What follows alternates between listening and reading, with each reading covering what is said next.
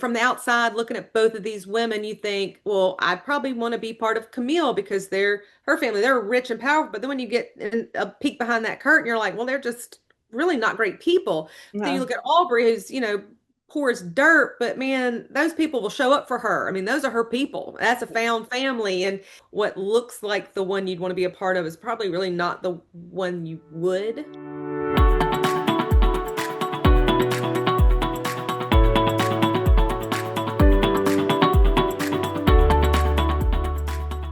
Welcome to our latest episode of Book Reporter Talks To, where our guest today is a repeat guest, Ashley Elston, and we are going to be talking about her New York Times bestseller, Anatomy of an Alibi.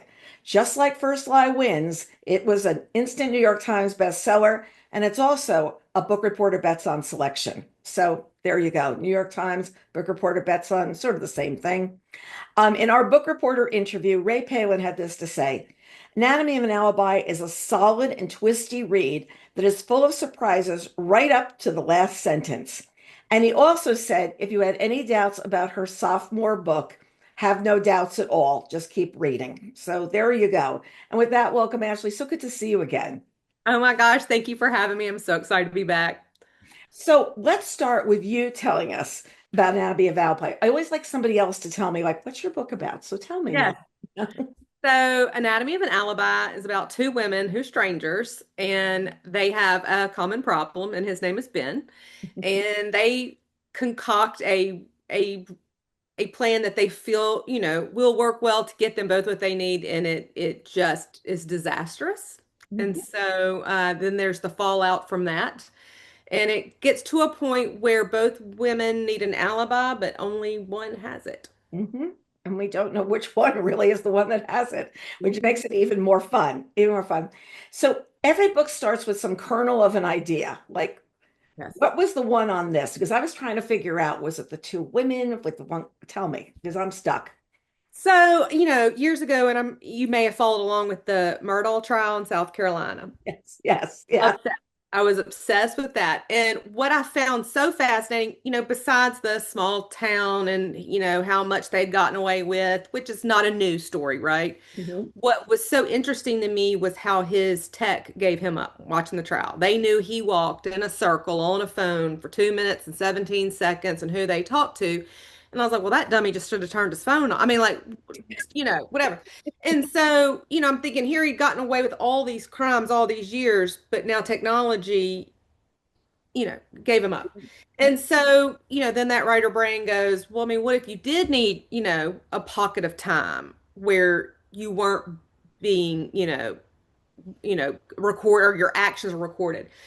Would that be even a bigger red flag? I mean, who goes 12 hours? You don't have your phone, you're not driving your car, you don't have your smartwatch. I mean, you're not making a transaction. I mean, everything like that's almost a bigger red flag. Well, so then what would you do? Then I started thinking about the alibi aspect of that. You really, back in the day, I guess, you would have to say, well, my friend Susie, I was with Susie. Susie can vouch for me, and that would be it. Well, now you don't even really need that. You just need to know that your car drove to Target, you bought the same stuff you buy every week. Maybe you stopped at Sonic, got the same, drink. I mean, the pattern that fits you, Right, and that's almost all you need. So then it was like, well, what if somebody else didn't have to look like you? They just had to act like you, right, and right. where that's really. It was just that. Well, what if? Well, what if? Well, what if? What if? And so many times an author says that the character being tracked is a problem. What you did is you flipped it and said, wait a second, tracking, we're going to track this so she's okay. We're going Yeah. to track this so it's not a problem. And I really like that because so many times it's the actual flip. It's the, oh, da, da, da. And I love the part where she's spying on her husband and she goes, oh, he's gone from being lawyer Ben into being relaxed Ben. And she's spying on him. We won't give away like how this is all happening. But I thought it was so interesting because she's watching his movements and seeing how he's now feeling like he's safe, he's comfortable, and nothing's wrong and nothing's going to happen to him. Right. And watching somebody that doesn't know they're being watched, is maybe different than the person that you see, at other times. Right. It was fun to think about. Like it was fun to think about. It was that puzzle Yeah. part of it, but also just like I mean, I know I might act a little different if I know I'm in the house by myself. I mean, you just are not going to worry about things that if somebody else is in the room. And I what was does that sing- look like? I was singing loudly before. Right, Very same. off key. It Same. didn't matter. My husband was at the other end of the house. He had no idea. If he heard I was listening to the same song 4 times, he Yeah. might have thought I was crazy. But Right. oh, I could Yeah. just be So crazy I on just my own. it was fun to think about. It was fun to think about. I feel like you love playing with the identity of your characters because you did this in the last book with First Lie Wins as well. And was this always the opener? Like, or because I know you shift things around, like right till the Yeah. time the book goes to the printer. But was Yeah. this always the opener? The opening scene at the bar, the meet cute at the bar was the first scene I wrote, and it did not change other than small, grammatical type edits. Hmm. It was the beginning, Yeah. and everything else changed.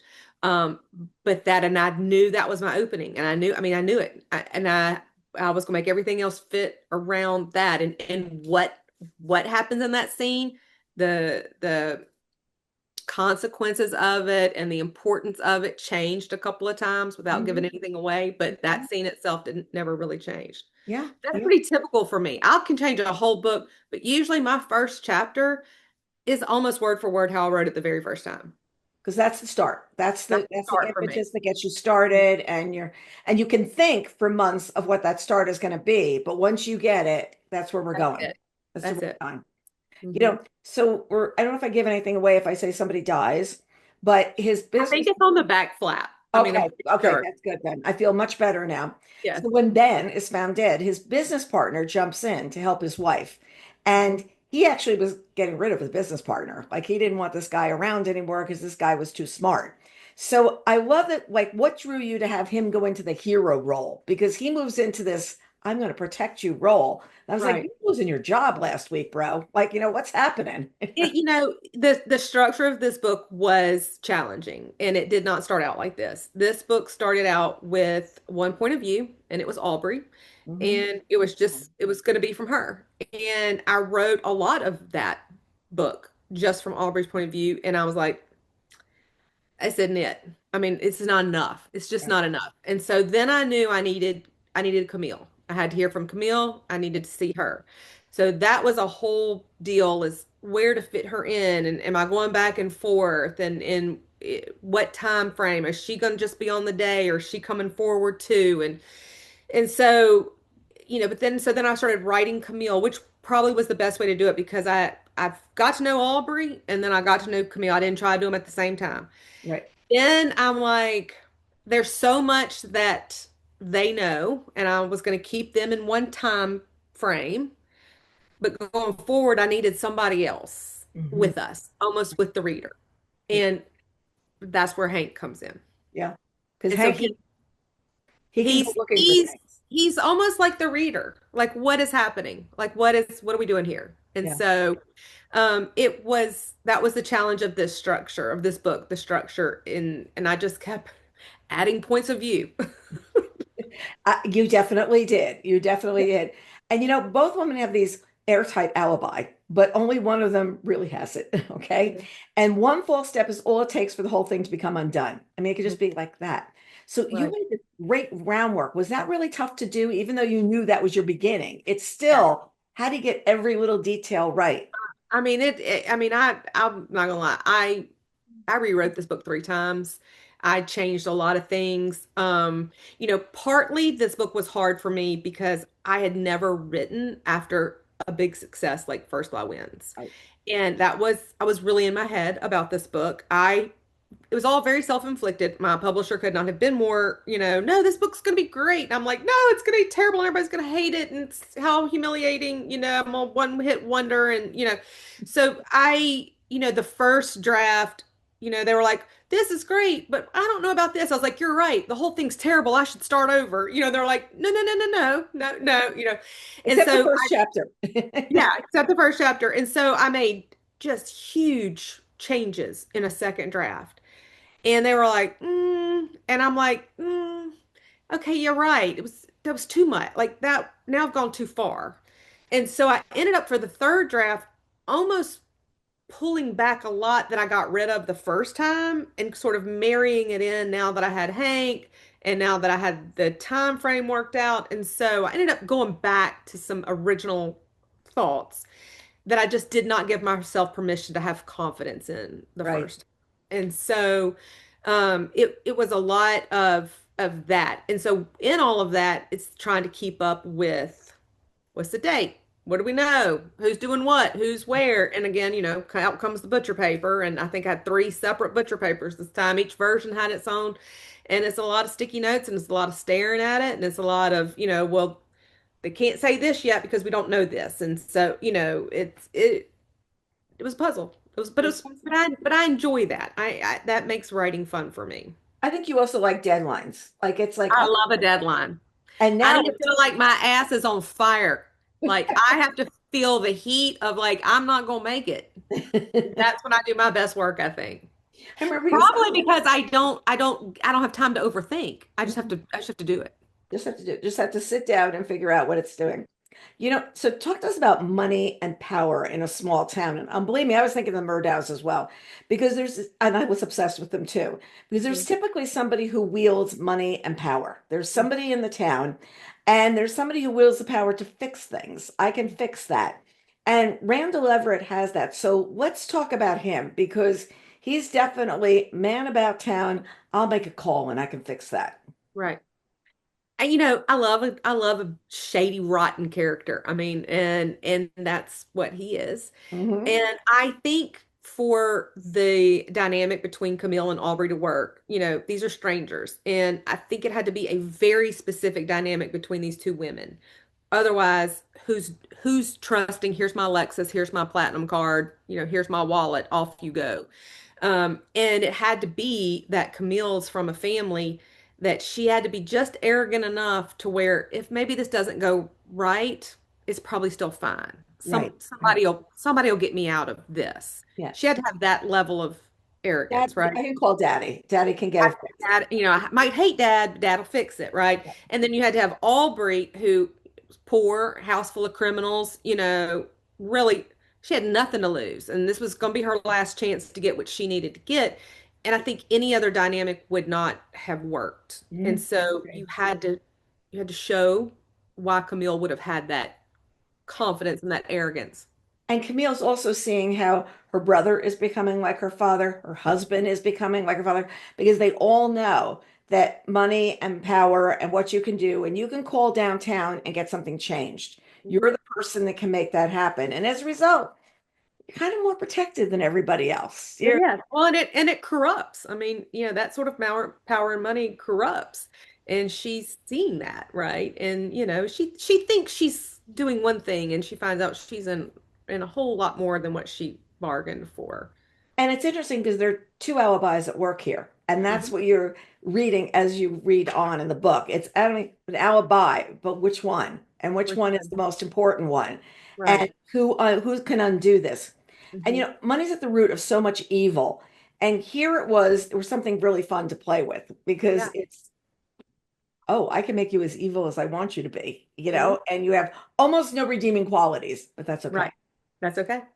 And I think it's fun. I mean, that's fun to play with those characters. And from the outside looking at both of these women, you think, well, I probably want to be part of Camille because they're her family. They're rich and powerful. But then when you get a peek behind that curtain, you're like, well, they're just really not great people. But then you No, look at Aubrey, who's poor as dirt, but man, those people will show up for her. I mean, those are her people. That's a found family, and who's going to really be more supportive. And so I liked kind of turning that on its head as well of what looks like the one you'd want to be a part of is probably really not the one you would.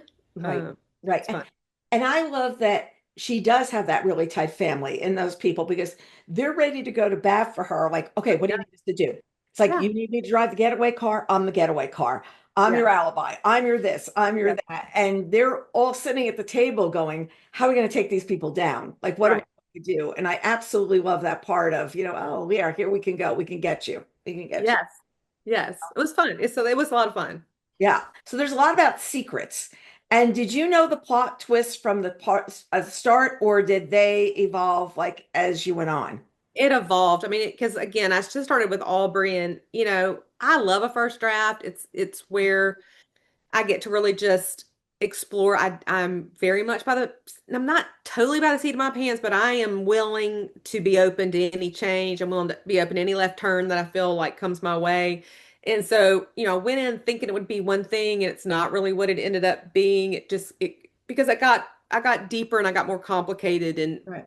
to the benefit of the story. And so, um, and I always say what I think is the end when I start is really just the middle. I think, Hmm. I'm going to get to this and this can be a great ending. Well, I get there really, really fast. And then I'm like, okay, great. That's the middle. Where are we doing now? Now we have And 100 pages. now we have 100 pages and let me bring in two or three more point of views, And so, um, it, I have an idea. I knew the idea. I knew the vibe. I knew the feel that I wanted, but for the actual particular crime, no, I sort of had to feel my way Feel your there. way to what that was going to be.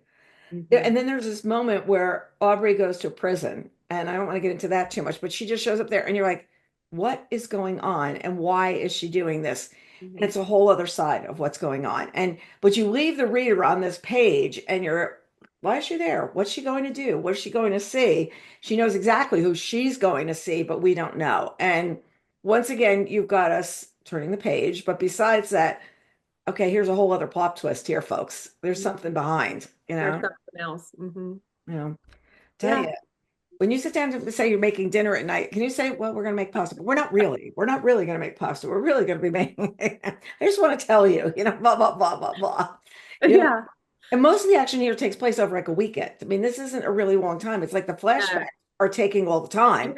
have the day of the alibi. You have the day where Right. these two women switch places.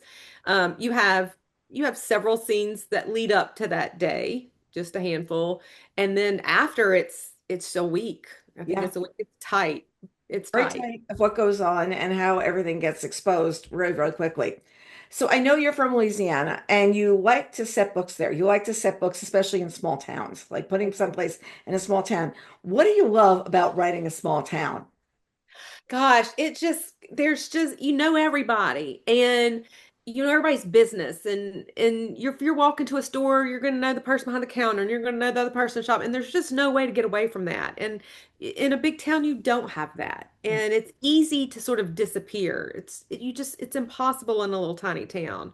And everybody loves to see you do well, but they also love to see you fail. And it's a lot of chatter and there's a big, strong personalities in small towns and a little money goes a long way sometimes. You don't have to have the wealth that you think you do to be a big shot in a small town. And Mhm. so it's just fun. It's just Do people stop you in the store? Like they recognize you and say, so what are you working on now? I mean, it's a small town. Like, how do they yeah. feel? I mean, here I mean, yes, in my town, I mean, yes, I mean a lot of people, but I've been here a long time and I've had kids go up through school and so I mean, yeah, but yeah, it's fun. I mean, that's fun. You It's still fun. talk on this. I know your one son is very active in Oh wait, I sports. lost you. Oh, wait, do you lose me? I Are see, you there? see you. I see you. Oh, now okay, you're back. You Okay. kind of froze there for a minute. So I missed your So question. I know your one son is really active in athletics, and I figure on the sidelines, they're always going, so what are you working on now? Because believe me, we're not always talking about what's going on in the field ever with our kids, ever. They No, think we are, but we're no. not. Yeah. No, those are fun. When I come to like my son plays lacrosse and he runs cross country and everybody's like, what you working on? And so it's fun. It You is get fun. books to sign at events here. Could you just sign this book while I you're know. here? My local community is so supportive and have been supportive of me for years. They show up at my stuff and it's very nice. It's very It's nice. really nice. It's really nice. I remember seeing you at Thriller Fest in July, and you said you were working on a section, and you said, I've got to go upstairs and work on the section. So, did that section come together that night? It probably not that night because I think I ended up hanging out with Elle and she had some kind of big news that she had just gotten, so we had to sort of put everything aside to celebrate. Yeah, I mean that was in the like we have to finish this book because you're coming out in January. And I was back against the wall there. And so I think I wrote probably on the way home from that trip and I probably didn't leave my office for the next 2 weeks after that. You said to me, my back is against the wall. I have no more time left. This is like No. it. This is Because it. I just kept going, well, hold on, what if I do this? Well, hold on. And they're like, okay, stop. I mean, enough said. I mean, it was a lot. But it was, a lot of it was me. A lot of it was just was second guessing myself and I was nervous and I didn't want to disappoint anybody. It was a weird headspace for me, this book was. So you It's use the your butcher sophomore block. book. It's your sophomore book. It's your second book. I mean, but it wasn't. It was my eighth book, right? But Right.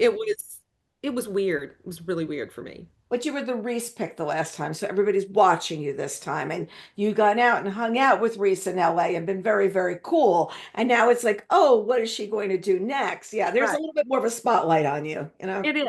And then, it's expectations. Mine, I mean, my publisher was very kind to me, but I knew they had expectations as Sure. well. And, it's not a bad place to be. It was just one that I had never navigated before. And I struggled finding my footing. Yeah, but it's true though, because when you have a huge success, it's like, how are you going to follow that up? What is your next thing? Whenever we do Right. something that's really good, I sit there and go, okay, now there's tomorrow. I have to wake up and figure out something again. And can I do it again? Can I do something Right. different or special? Or, what are Yeah. the big things that you do and you're not sure? So you've got your old butcher block paper and you did now, did you do that for all of your books or did you just start doing it when you started doing the adult thrillers? I've done them for all my books, and it started with my very, very first YA book. And a lot of people think that's how I plot the book. That is not a plotting device for me. That is an editing tool for me. That Mhm. is when I have written a bunch of scenes, and I know they're not always in the right order. And I think of a scene I know I want, I'll write that scene, but it may not be in the right place. And it's when I get to the point that I'm probably about, I don't know, 80% done with the draft, but I know it's a mess. Mhm. That's when I pull it out. And it is backtracking. I take every chapter I've written and I write what it's about and I put it. And then I start seeing holes or changes. And Right. so I'll put another little sticky note. Well, okay, well, now that I'm going back and looking, I don't know about this. Here's it for later, not right now. Here's for later, a thought for later. And I start building it. And then I can start seeing if there's a lot of little stickies in Mhm. one, then I have a problem there. Or I start seeing and where I think a plot twist is, I'll put a note. Well, if I have two, three in a row, well, I mean, let me break those up. I mean, let's not give it all away. And so it is more of an editing tool Then a for writing me tool. than a writing tool. Will you do also do it by color so that it's too many pinks in a row and then there are Mhm. too many yellows and you do it like Yes, every point of view section? has their own color. And then if I have a timeline change, it gets another little sticky to let me know that we're in a timeline change.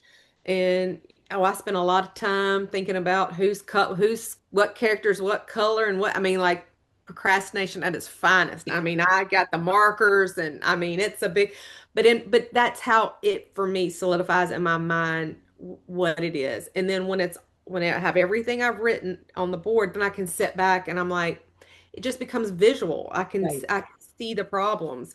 And right, I'm like, what if I move this here? Well, I can see everything else then that would be affected by that move. Well, I'd have to change this because right, they haven't introduced this yet. right. And so, well, let me move that sticky note. And so it becomes this moving, living thing before I go back into the manuscript. I feel like I have to get it right Fix the page.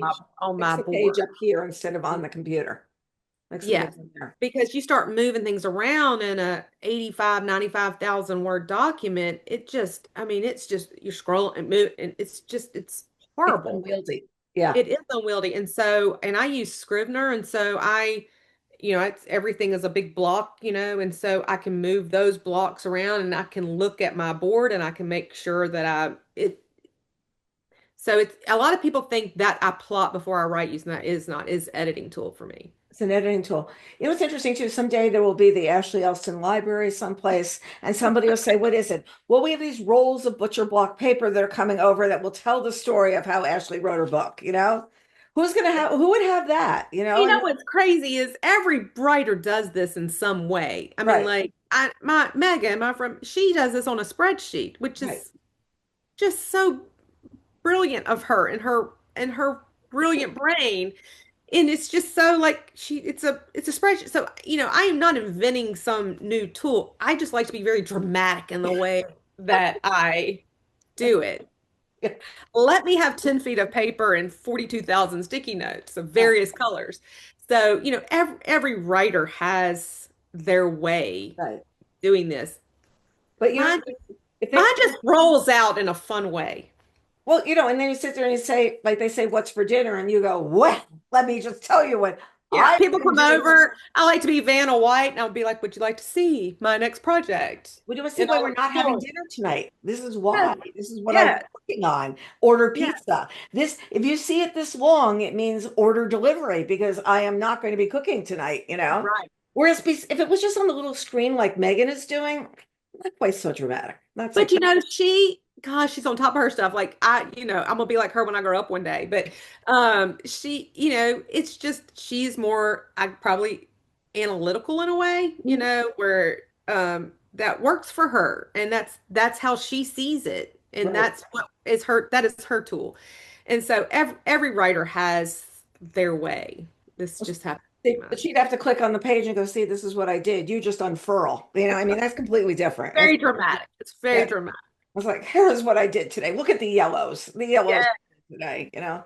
So was yes. the title always Anatomy of an Alibi? Was it always the title? Yes, it was. Titles are hard and they don't always come easy. This one I was like, and this book is talking about an alibi in every way, which way you Yes. can talk about an alibi. Is it one now? Is it one from before? Is it one in the future? Why? Who? When? And so it's probably the most appropriate title I've ever had in a book. Yeah.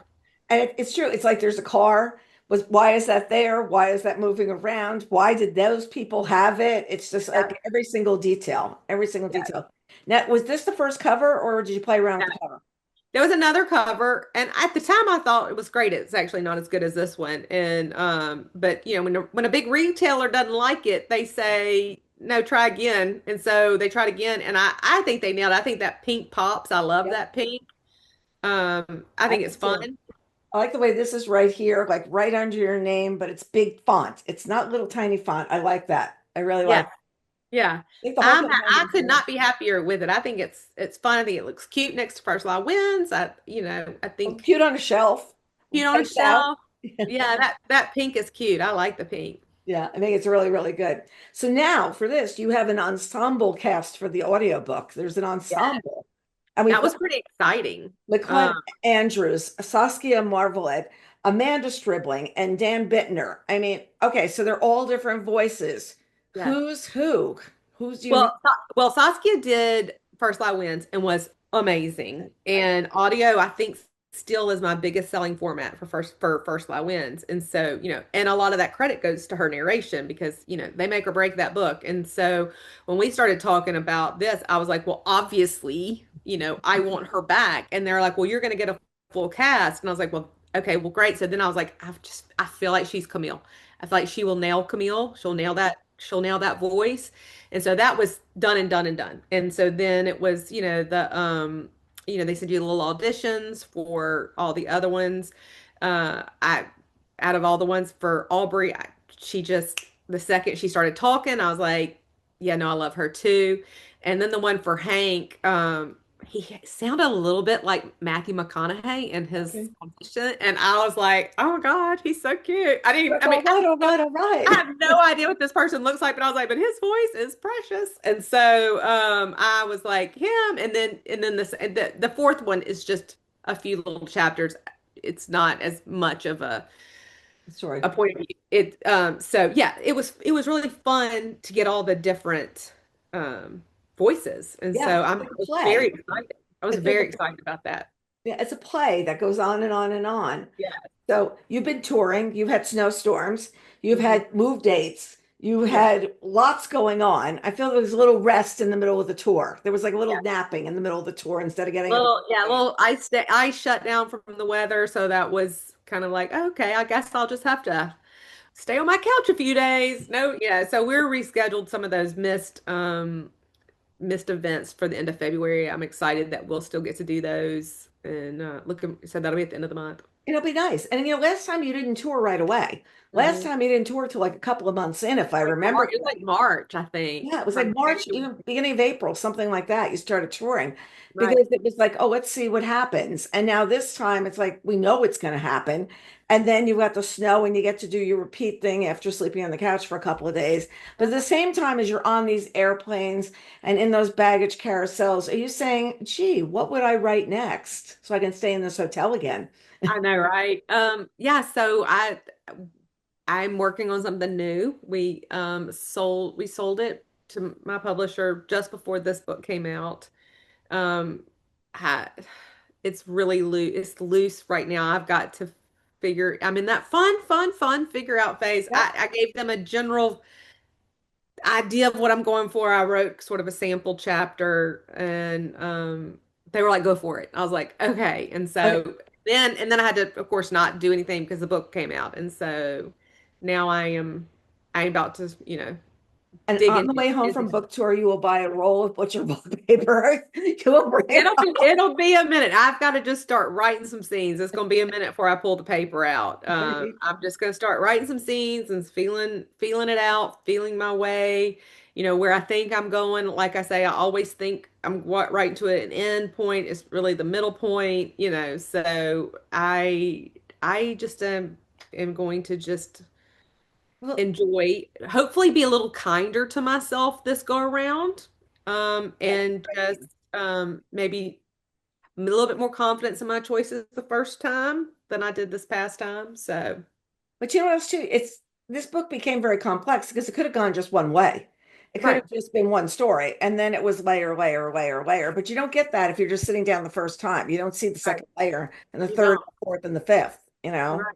You see like No, the Murdaugh stuff. it's not a great process, but I think it is my process, and that's what it takes for me to write these complicated plots. But that makes it an Ashley Elston book. You're Right. not going to write a Megan Miranda book. You're not going to write an Yeah. El Cosmato book. They have their ways of doing Yes. things. Yes. This is what you do. That's what I No do. better, no worse. It's like this is your path in. And I think for a long time, people are like, well, is it the right way? Is it this? And then you just get some confidence. And this is the way I do. Yeah. Yeah. Well, And and it is. It's like I would have never thought of half that book ahead of time. right. Now, I'm sure there are some writers that do that, but I would have never thought of it all in advance. Mm-mm. I mean, I have to be like, oh, well, shoot, look at where we are. Well, what is, I have to kind of be in the hub of it. And Well, Laura Davis telling me that she was never planning to write a second book with the same characters. yeah, Her epilogue became the prologue of the next book. She says, I did not see writing another book. They yeah, run another television show. I right. wasn't ready to write another book. And it's very interesting because she said she was sitting down with them, telling them the plot of the second season of the book she had not written yet. That's And, crazy. and you're sitting there because it's a hit. It's something they want to do.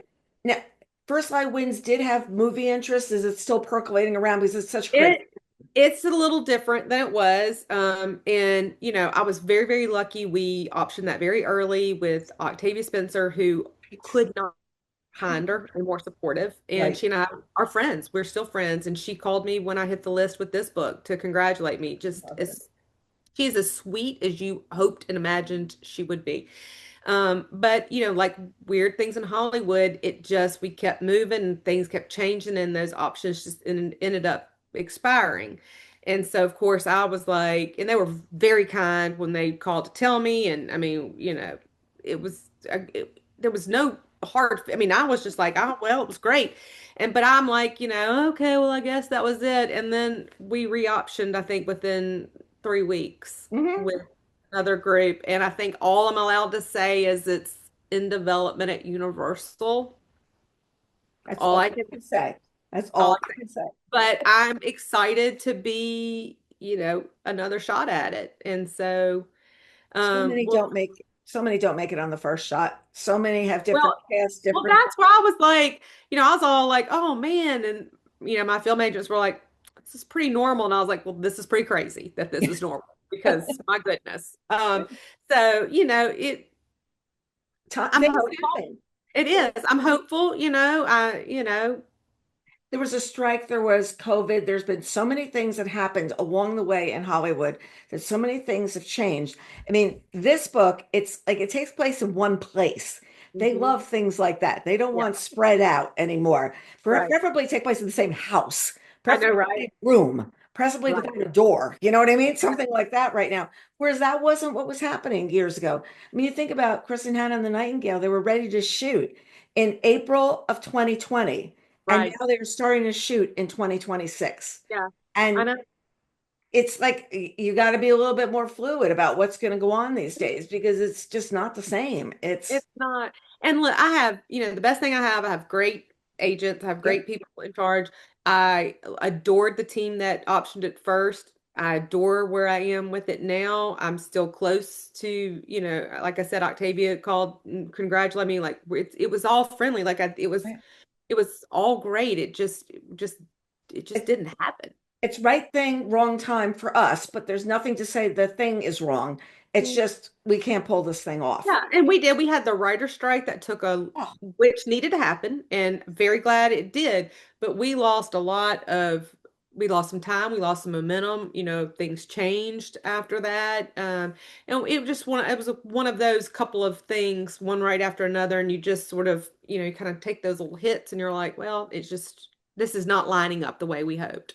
well, just think about where streaming has changed over the Mhm. last couple of years. Think about Right. there was I don't know if you saw this last week that Netflix had that I forget what his name is, and he was climbing the building, the Oh Taipei yeah, yeah, yeah. one. Okay, so my son is very into climbing, and we had watched him do his El Capitan when he did El Right, Capitan. right.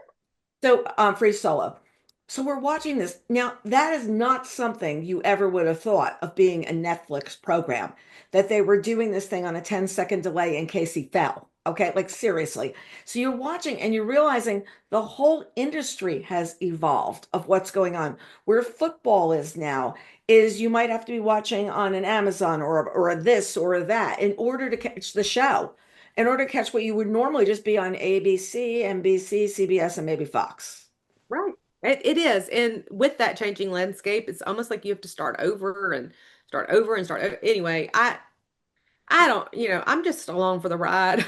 You I have a mean, great product, though. You I have a have great no product. control over that. And both times I've optioned it with groups who I feel sees it the way I see it and believe in it the way that I believe in it and will do the best by it. And so, I'm hoping somebody gets it done if, we'll I see. just want to someday have a chair with your name on the back of it. And you can bring it home, put it in the backyard, and just say, I'm Yeah. in my chair. You know what I mean? Yeah, that would be fun. I'm the writer. You know what I mean? You just pull that thing. Yes, that would be fun. So great to see you. Hope to see you at Oh my Thriller God. Fest. See you at Thriller Fest, if not before. It's You on name it. Mother's Day weekend. Oh, that's right. This year it is Mother's And Day weekend. I'm not totally precious enough. Like it's Mother's Day weekend. But I'm also like, I don't know. I have not pulled the trigger on that yet Got it. because I don't know. I think it's a weird weekend to do it. Well, it's interesting because they called Lisa Scottolini before they, said this because she's being honored. And they Yeah. said, "Are you okay?" And she's like, "Yeah, my daughter's in New York. It's okay." This Yeah. works. So So I can see. that was my only, we were all talking about it. And I was like, I mean, you have three sons. I mean, you have sons too. I mean, Yep. there's not a lot of days that they come cater to you, and Mother's Day is one of them. Yeah. So I I don't know. really, yeah. Maybe you fly back Saturday. You fly back Saturday, so Maybe. you're there for the breakfast in bed. You have to say, like, "I'll be back. Don't worry I about it, know. folks." So I don't know. I'm on the fence. I'm on the fence about it. So I think it's an odd weekend. You But know, then I've already heard next year it's back in July again or something or I June. don't know. It's either that or it's moving up. I think I heard it was moving up, that it'll be the same weekend at some point. Look, I was overlapping with the Edgars, which Okay. like it was moving up. Well, you know what? I think a lot of people in July don't want to come back from their vacation homes Right. or wherever Right. they are. And July is the only month of the year. Remember this when we had our kids' site, the kids are not in school because Right. the South goes back in August. We're still in school in June up north. And the only month the whole country is off is the month of July. So you try not to schedule anything for them because somebody's always inconvenienced. So Right. that was in July for years. It was. And Yeah. then it was, oh, okay, like we'll go to a different month. And it was inching up. And I was like, wait a second. Last year was Juneteenth because all of a sudden that was a holiday. Believe me, they had probably booked this before that was a holiday and bam go, you know. Yeah, so I don't know. We'll see. That is my favorite conference. So I do try to make it. But we'll see. I haven't done it yet. We'll see. You'll you like pull the trigger for an early Saturday morning flight. It's Thursday and Yeah, Friday nights that matter, you know. I think it is. Yeah, you're right. I think you're Just the right. hanging out, the hanging It is. out.